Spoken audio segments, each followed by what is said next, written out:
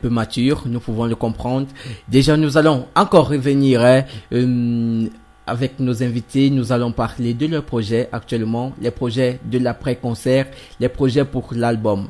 Je me tourne vers Néant. Les projets après l'album, qu'est-ce que vous comptez faire actuellement? Qu'est-ce que vous faites actuellement que le concert est passé, que les gens, vos fans, tout le monde attendent voilà, les albums dans les bacs? Avant tout, je vais rappeler que nous revenons du tournage de la deuxième journée, oui, du deuxième single Bouclier. Voilà. Ouais. Du clip plutôt. Du clip Bouclier. Oui. Et en ce qui concerne le projet, la sortie du street album Autre Monde, c'est prévu pour octobre, c'est ça? Fin octobre, c'est ouais. fin octobre. C'est probablement à partir du 20. À partir du 20. Oui. Ouais. Et après ça serait suivi d'un concert aussi. Ouais, un concert et puis on est en train de négocier pour une tournée.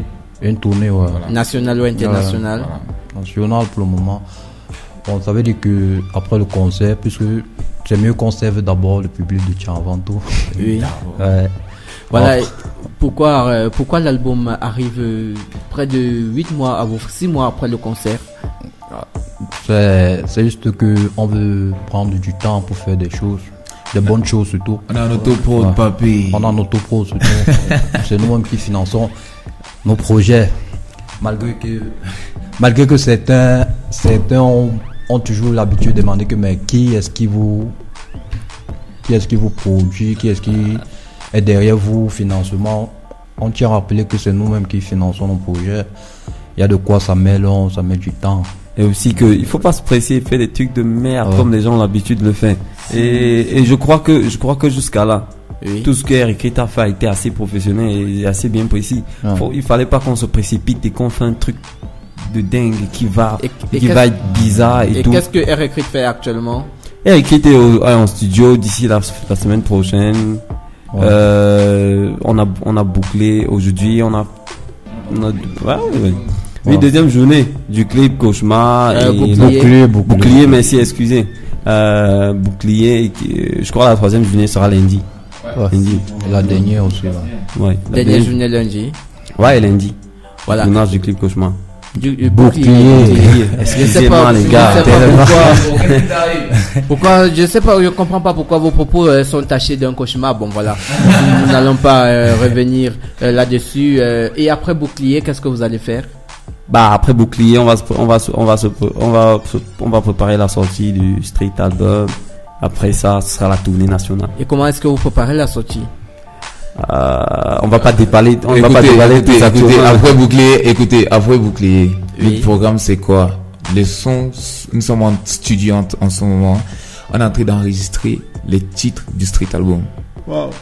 Après l'enregistrement, en fait l'enregistrement doit finir au plus tard le 30, nous sommes au mois de 30 ou 31, je sais pas trop. En fait, fin juin. Ça va finir en juin, le 30 juin.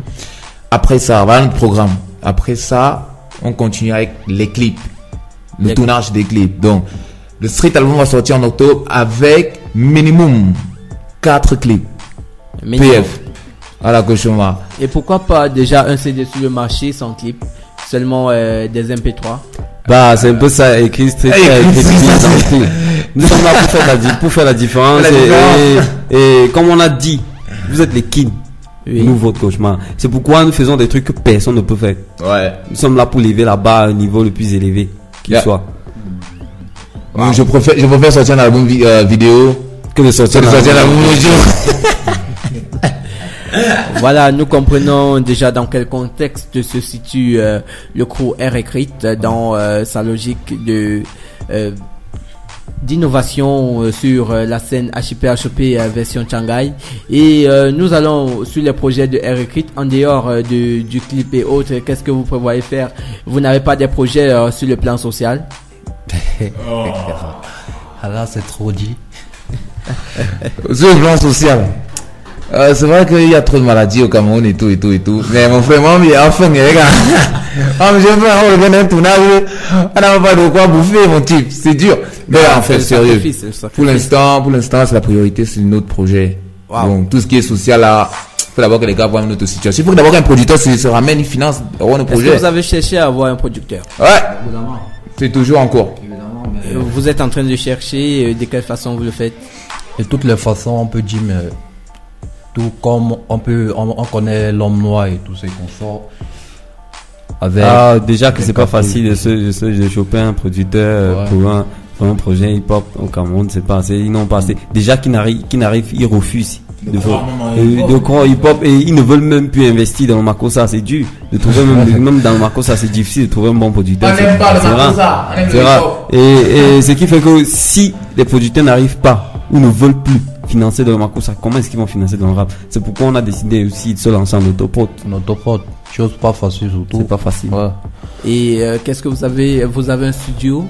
Bien sûr. Écrit Street, écrit Beats en plus, c'est un concept. C'est un empire. Si c'est tant sur plusieurs années. Demain, tout à l'heure, tu as évoqué un truc concernant les plans sociaux, tout ça. Oui. Demain, écrit Street, écrit Beats en P sera un dénicheur de talent. Voilà. Et voilà, parlant de dénicheur de talent pour Recruit Beats Empire, est-ce que vous pouvez nous parler de Recruit Junior? Recruit Junior, c'était un groupe de petits frères qui ont vu ce qu'on faisait, qui ont été intéressés par ça, et qui ont décidé de lancer quelque chose pour soutenir la Recruit. Au départ, c'était pour le soutien. Et ils se sont mis à rapper et dit bon, pourquoi pas lancer Recruit Junior et pourquoi pas être les juniors et tout ça. C'est un concept que eux, en tant que petits frères du bled, parce que dans le sud c'est pas, il y a pas trop d'hypocrisie et tout ça. Ils ont décidé donc de venir nous voir et de dire que bon, ils ont leur concept et Recruit Junior, ils ont dit que bon, essayer de voir ce qu'ils faisaient. Il y avait pas mal de petits frères qui essayaient de bien rapper, on voyait de petits talents en eux et on a décidé de dire bon d'accord, on vous accepte que vous utilisez le nom Recruit comme... Excuse-moi, mais en rappelant que les mecs travaillent en indé, hein, donc on les aide pas, ils sont indépendants. Donc il faudrait pas que les gars croient que on écrit un test, on les aide pas. Pas du tout. Ils ont leur propre studio, ils ont leur propre DJ, ils écrivent leur propre texte et tout ça. Mais ils ont tout de même besoin d'un encadrement pour... Mais bien sûr, on les donne un encadrement. Quand on se rend compte, quand ils ont des difficultés, ils nous posent des questions, on essaie de les aider, ils essaient de copier ce qu'on fait. Voilà. Et à quel niveau ils sont dans leur projet actuellement? Actuellement, ils sont dans les mises à niveau. Ils travaillent puisque la qualité de leur rap n'est pas assez standard professionnel. Oui. Donc, en ce moment, ils travaillent. Ils ne font que travailler. Ils ne vont faire que travailler. Et ils travaillent seulement le rap? Oui, ils travaillent pas aussi les voix, quelques exercices vocaux. Mais ils le font tous. Quand je parle de travail, de se mettre au point, je parle de tout ça. C'est tout un processus. Le texte, la voix et autres. Bien sûr.